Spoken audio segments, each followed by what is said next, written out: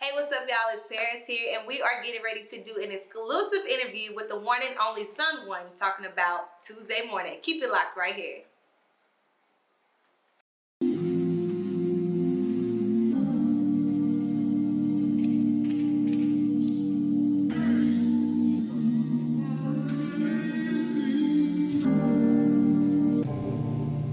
Poison, poison. This should be all poison, poison. This should be all poison, poison. Cause I ain't got no time for fake ones, no time for playing games, and no time for saying names. Cause in the end, that shit don't pay. Yeah, feng shui. Richie, how you doing? Family love. I'm good. How are you? Love, peaceful. I'm peaceful. What's up? Almost got hit by the mic. Oh, don't let the mic beat you. Yeah, please. I don't want to get beat up. It's already raining. Don't do that. Right, man. Right. Get up. It's cold. It's raining, man. Whoever, thanks for the wine. Whoever, thank you. Shout out to you. All that good stuff, man. What's up, Pete? What's up? How are you? Oh man, I'm living. I'm living. I'm blessed. Living how? Living good as I can. Okay, all right. Living good as I can. I love it. As I possibly can. Okay, perfect. Yes. I like the ensemble. Oh, thank you. I appreciate it. Who dressed you?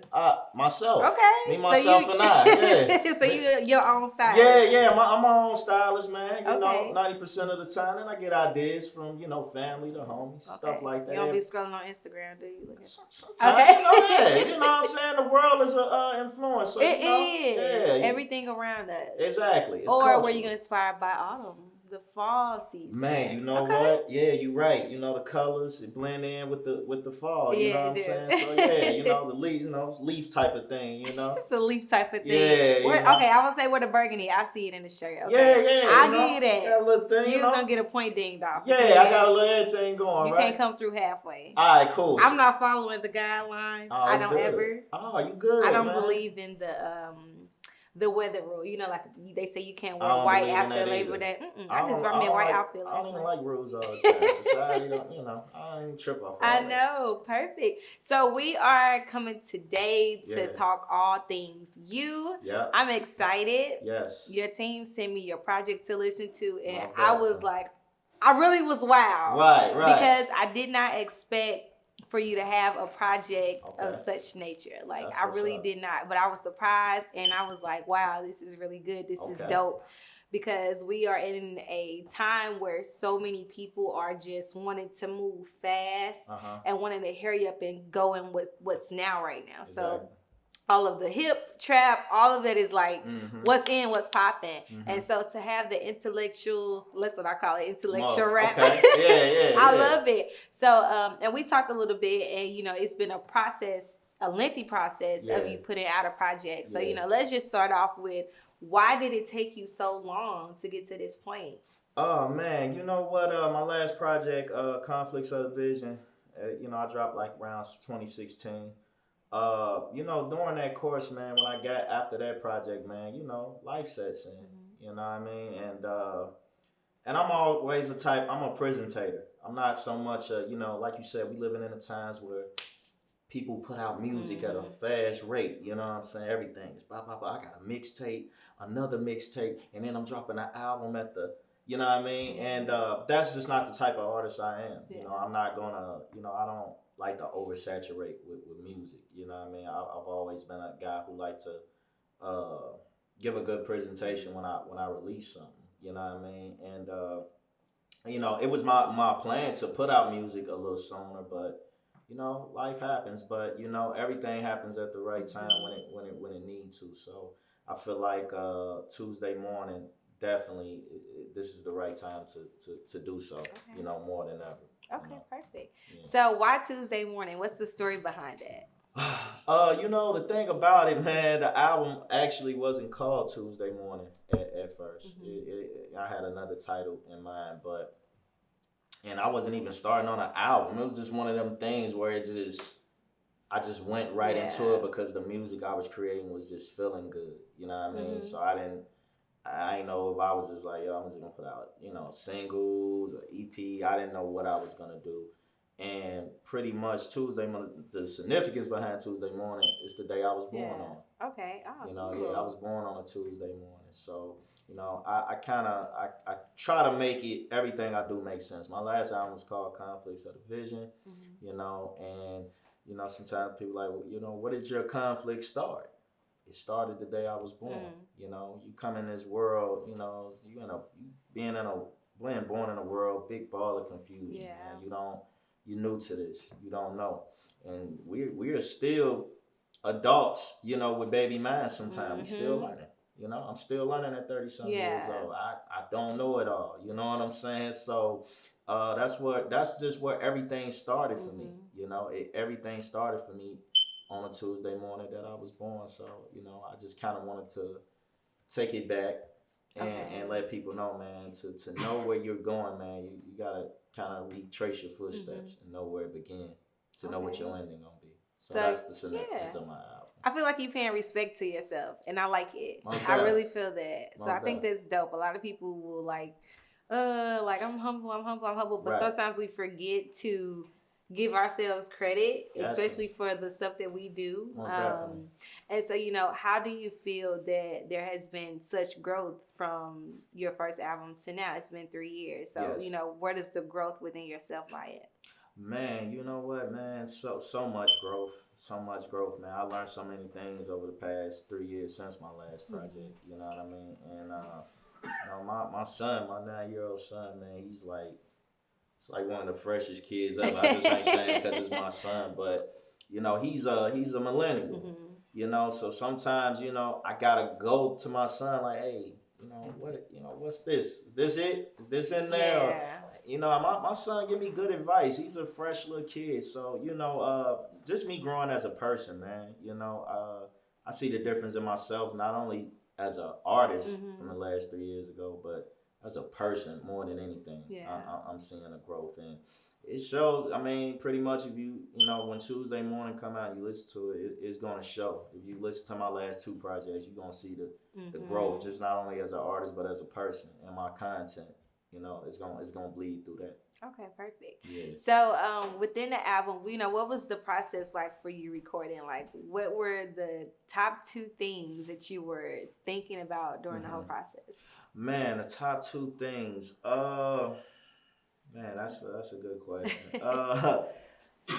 For one, like I said, presentation is always my key, and how is the people gonna perceive it? That's the top 2 things I think about, because for one, you gotta make music for yourself first. That's number one. You know what I mean? Because you gotta be satisfied, and then it's kind of like you just deliver it to the world. You can't really play off, like you say, everybody's what's in, what's that. I don't try to play off that as an artist. I'm not with the what's in, what everybody listening to. You're gonna listen to what I give you. You know what I'm saying? Because I'm an artist. Like, artists don't paint pictures and be like, well, what everybody want to see me paint?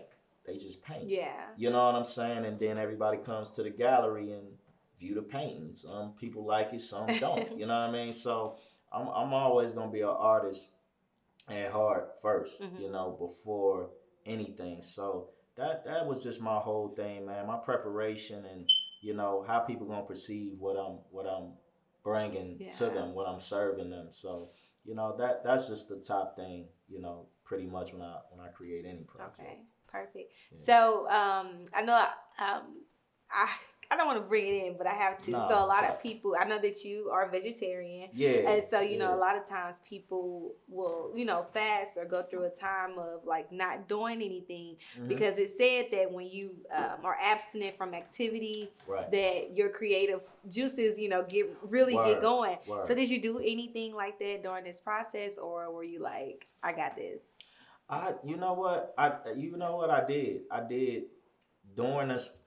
When I first started this project, I wasn't doing nothing much. I was, and I was going through a pretty tough time too.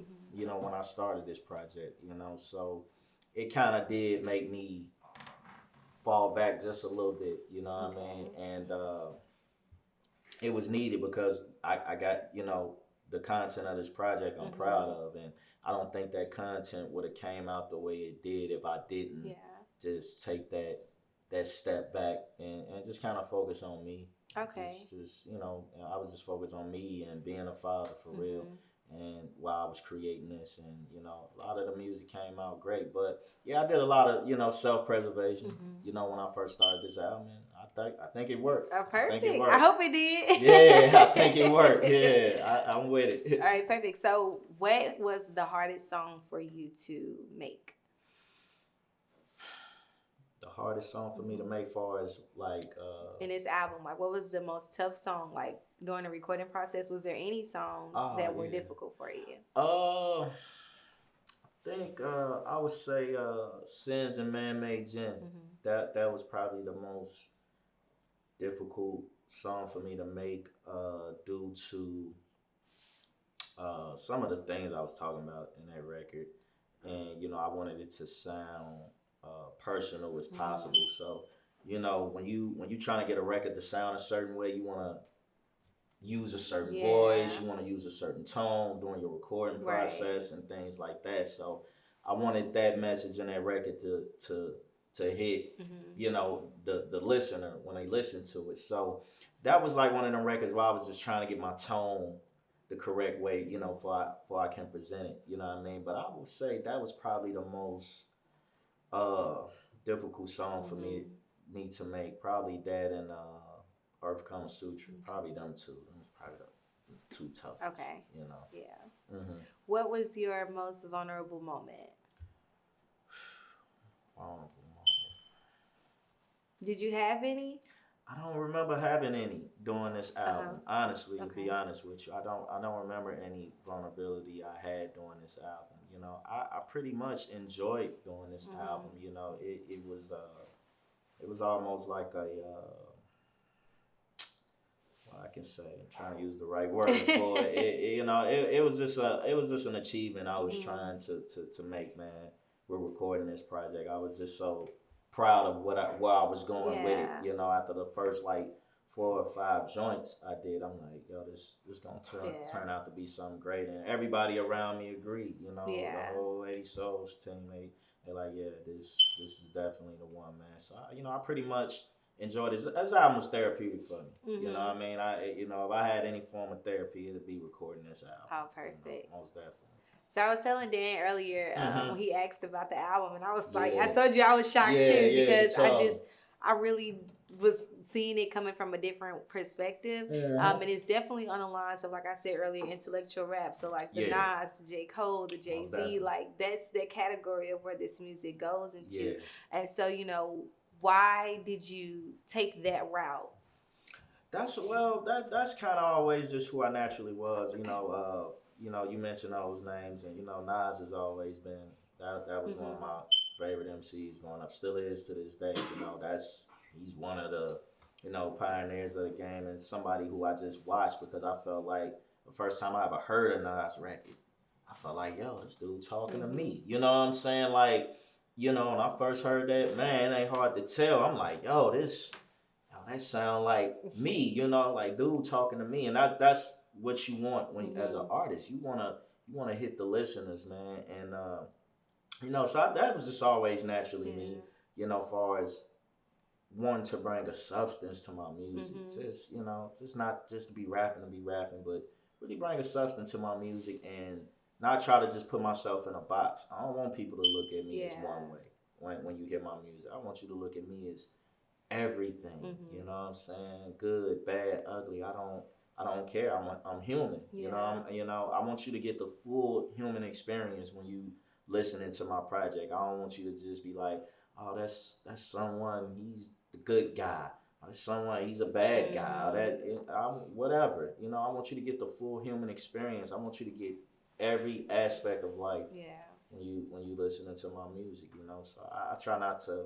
And those guys, they've always broke the rules. Those artists you mentioned, they never conform to what anybody was trying to put them in. Man, you need to do this. They just did it from their heart, and however you viewed it is how you viewed it. But it was gonna be pure at the end of the day. You know what I'm saying? So that's pretty much that. Perfect. And I love how you answered that when you say you want people to get the full human experience from you. And a lot of people don't really have that mindset a little bit because it's like that image when you talk about presentation and the human experience. Mm-hmm. It's always kind of one-sided where people just want to be viewed as I'm this dope artist, you know. Right. And I feel that you have it to where you want to be viewed as this dope artist, but I'm also an artist as human, so I'm going to make mistakes along the way, and I'm not going to be perfect.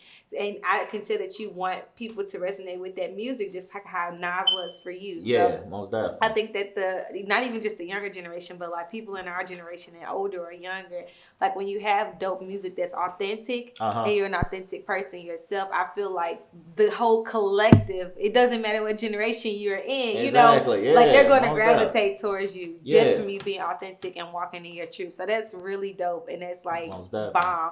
So I got to ask you, did you cry when you were finished? Oh man, did I cry? Nah, I ain't cry, but I did, you know, I did just kind of, you know, I always sit and try to think, you know, it's hard for me to cry. I'm going to be honest, man. I'm not. Is it because you're a man? No. Okay, good. Because men just be like, I can't cry. Yeah, I want men to cry. Man, I'm going to be honest with you. I be wanting to cry. You know, it's moments for real. I'm going to keep it G. Like, it's moments in my life where I really wanted to. Yeah. You know what I'm saying? Like, I'm like, yo, I'm not crying. I should be crying. Doing this, like, yo, what's up with me? I just thought something was wrong with me because I couldn't cry. But for some reason, I'm not a crier, but I'm a reflector. I'm a thinker, you know. So when I did finally wrap this project up, and I went back and just kind of listened to everything. I mean, by the time this album come out, I'm gonna be tired of it because I didn't listen to my own album like a good 100 times, and that, like I said, goes back to being a good presentator. Just seeing what I can tweak, what I can make better, things of that nature. But no, I just kind of reflected and I always try to listen to my music as if it's not me. I try to listen from a fan perspective. I take me out the equation as an artist, because if you don't do that, you're gonna think everything you do is raw. This shit hard. You know, if you don't do that, you're gonna think everything you drop is hard. You ain't supposed to think everything you do is tough. Like I pulled some shit off the album. Like, nah, this shit ain't where it needs to be. Nah, this don't equate with that. I ain't do that hard enough. I'm my own biggest critic. I get on myself as an artist. Like, yo, I could have went 30 times harder than that. I could have said that better. So, you know, but no, I just listened to the album. I just pretty much reflected, and you know, I just put it down as another achievement under my belt, man, and it's something I'm proud of. Most definitely. It's like your baby. Yeah, you know. You know, it's like birthing a child. You know what I mean? Sit back like, yeah, that's mine. Like that. You know what I mean? I like that. That's cool. Most definitely. So, at what point? I know you had a good team behind you. You talked about the 80 Souls team. Most so, definitely. You know, how did they contribute to Tuesday Morning? Oh man, they were a big part of Tuesday Morning, man. If it wasn't for them, I don't know how I would have got done with Tuesday Morning, man. You know, I love my team, man. They're my brothers, you know. So outside of us working, we really close. You know, it just ain't no. We work, I'll see you later. You know what I'm saying? Like, these my brothers. I hang with these guys. You know, we laugh, we talk, we do all that. You know, we do brother activities. So when we get in the studio or when it's time for us to do work, you know, it's like family. You know what I mean? But I needed these guys to do that because, you know, during my COTV project, I didn't have too many people with me. It was me and Dan during that process. And everything. I was pretty much asking him everything. Like, bro, is this record? We was all over the place figuring it out. And, you know, I got through that album, but that was the tough. I mean, that was way tougher than Tuesday Morning, my last project, because I pretty much was by myself. You know, I started out in a group with my brother. Me and my brother was a group. Now my brother went on and did his own thing. He moved out to California. Shout out to my brother Nemo. You know, so that was my first solo project. I've never did a solo project until my last album. You know, so that was new for me. Yeah. That process was new for me. I was not used to being a solo artist. You know what I'm saying? I liked being in a group. I loved rapping with my brother. We grew up together, so, you know, all our stories match. Yeah. You know what I mean? That's, you know, we just, you know, pretty much just kind of the same. You know what I mean? Come from the same household, same hood, all that thing. So, you know, but my 80 Souls team, they just made it easy for me, man. So shout out to my brothers, man. Dan, Shabazz, my boy Proc, my brother E, they do something for me, man. They always motivate me. Oh, that's so nice and sweet. No, man. You know, for real though, Yeah. a team is so important to have. It is. And I think that you realized that during Tuesday morning, like, I did. with the process and how easy it is to have some people that believe in your vision and what you see for yourself. Most definitely. Because sometimes it's always those memes. It's just on social Yeah, media. Yeah, you know. Some right. I agree with, some of them I don't. Like, I'll be like, this is just... It's bull. Yeah, like, you know something about this meme ain't right. I don't know who made it, but they need to, ain't sitting right with my spirit, what man. we call going to the reflection room. There you go. Exactly. But like, how important is it for you to have people to believe in Tuesday morning the way that you believe in it for yourself? Most definitely, I did. It was a beautiful thing, and just for your brothers who want your best, who got your best interests at heart, for them to tell you, because I know they ain't gonna lie to me. I know they gonna tell me, hey, bro, nah, you know what I'm saying? Yeah. Nah, you can, do better than that. I needed that. That's something, like I said. My last album, that ain't something I had. I didn't have too many, nah, bro, do this, do that. Yeah. I didn't have too much of that. You know what I'm saying? I had my brothers, but, everybody was off doing other things around that time when I created that. So for me to get all my brothers on one accord for this one, and for them to have time to really help me and get me through this, man, it was well appreciated, man. And it made this album more enjoyable to make, for real. Perfect. Is there anything that you feel like you would want to? I know you said that you listened to it like 100 times already, and you keep listening to it to just find little niches that just like you're not feeling. So at what point do you feel like I'm done? Like, I don't have to go back and find any little, tic-tac-toe missing puzzle piece. Man, it's never ending with me. I'm gonna be honest. Even when I put the album out, I'll be still like, I coulda. Yeah. I did that with my last album. It was done. It was out. It was streaming everywhere, and I was listening to it like, and I was so mad because I'm like, damn, I wish I would have did that. So I'm a true artist at heart. I'm never satisfied. So even with this Tuesday morning, like I said, it's a never process. I know I gotta put it out, right? But it's never ending with me. You know what I mean? Okay. I'm never satisfied as an artist. I just always feel like I can do better. You know what I mean? So never. Okay. You know what I mean? It's gonna be good enough to put out, but I'ma still be looking at it like I could have just went and last minute. If I could have just did that. So it's always a process. You know what I mean? Always. I completely understand that. So what is the biggest takeaway that you've learned about yourself from this project? The biggest takeaway I learned from myself, man, that's a good question, P. It's a good question, P.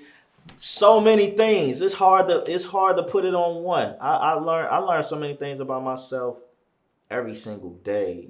And whether I'm doing music or not doing music, it's so many things I discover about myself. And like I said, we're all just, it's almost like we're kids in adult bodies or with adult age, man, because you're just still learning, and that's me. During this process, I was still learning so many things just about myself, business, the culture, the people around me, and I was just learning so many things. I'm a person, man. I sit and I scour my surroundings. I'm always doing that.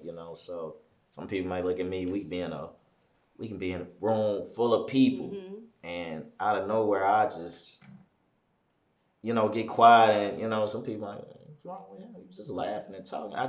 It comes out of nowhere where I just get to thinking, and I just start scouring the room and feeling energy and people around me and just things such of that nature, man. But I'm always learning things about myself. It's so hard to form it into one, but I did. I discovered too many damn things about myself during this Tuesday morning process, man. Too many things, and it was needed. Yeah, it was needed. I'm glad I did. Okay, perfect. You know what I mean? Now, what is the entire? So from the beginning to the end, I always like to think of albums as a story. Yes. So we have our beginning of the story, and then what happens next. Then what happened after that? You'd be like, hey, let me tell you what happened. So and so. That's how I look at it for an album, and then we have an end. So what is the story within Tuesday morning? the story is within Tuesday Morning is a person who's on a journey. Like I said, to know where your end game is be, you have to go back and retrace your steps. Conflicts of the Vision was about everything I thought I that I thought I knew, and that I thought was normal. Wasn't even like this. That ain't even what it is, because this world likes to put a big illusion around things. You know what I'm saying? I don't believe half of this. I pretty much threw away everything, half of the shit I was taught up until this point, from my adolescence on up until now. I'm like, I don't believe that shit no more. You know what I mean? So that's what COTV was about. But like I said, going into Tuesday Morning, it's like, okay, that was just me pretty much just telling how I feel, what my end game gonna be. I think as when we get to this age, man, that's the thing you start reflecting on the most. Like, yo, how's this gonna end? Yeah. What is my mark gonna be when it's all said and done? You know what I mean? And that's pretty much that's the story of this album is about. It's pretty much a journey. From beginning to end. You're pretty much in this album. You see me taking layers off. You know what I'm saying? Trying to figure things out, figuring myself out as a man, and where I'm at this point in my life, and and it, even from at the end of the album, it's like a question mark. I'm still going. Yeah. Where is this? I know where I want to be, but how is this thing gonna end? You know what I mean? So it's your beginning and your end. How you gonna make your mark? Yeah. Where you gonna stand at when it's all said and done? So that's the message behind this album. Oh, thank you. I like it. Yeah, I do gotta say that before I forget. Yes. So you say you like taking layers off and stuff like that. Make sure you put some on when you go back out. Oh, most definitely. It's cold out. Yeah, it's a little cold, man. We in the Midwest, man. Yes. So it get cold out here. Exactly. And speaking of being in the Midwest, a lot of people. The doors are opening for people in the Midwest when it comes to the music industry, because for a long time it's been very stagnant.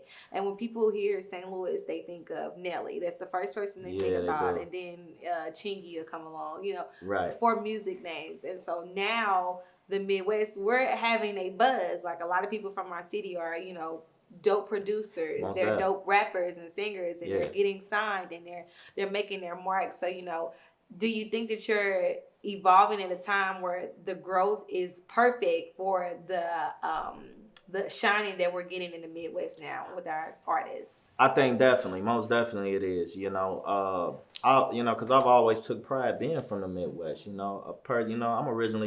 from the South Side of Chicago. I moved to St. Louis like back in 2003, so it was new for me. But I just realized, St. Louis ain't no different, maybe different culture, different slang, stuff like that. But, this is still a Midwest thing. So I always took pride in being from the Midwest. And we were, I feel like the Midwest is always kind of been overlooked, even with all the legends that we've created, like you said, the Nellys and the Kanye Wests, the Commons, the Lupes,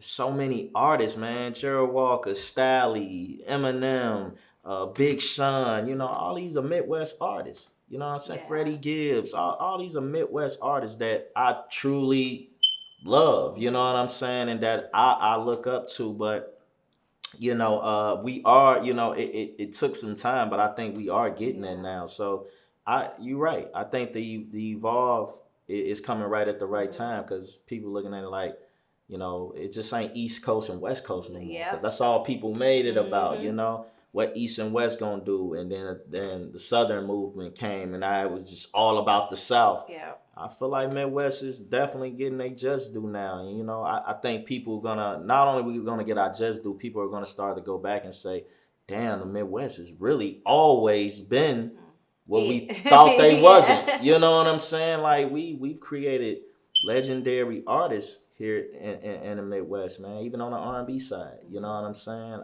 So I think people are going to definitely see when it's all said and done. Like I said, it ain't how you start, it's how you finish. And that's my whole thing. What's your end game going to be? You know what I'm saying? So I definitely think this is the time Midwest is, getting they shine. Chicago, St. Louis, Detroit, everybody in the Midwest, Cleveland, Milwaukee, any artist, man, in the Midwest, I think they, going to get they just do. Okay. All right, guys, that's a wrap. Thank you for joining us today with the exclusive interview from Sunone on the up and coming album Tuesday morning. Make sure y'all keep it locked.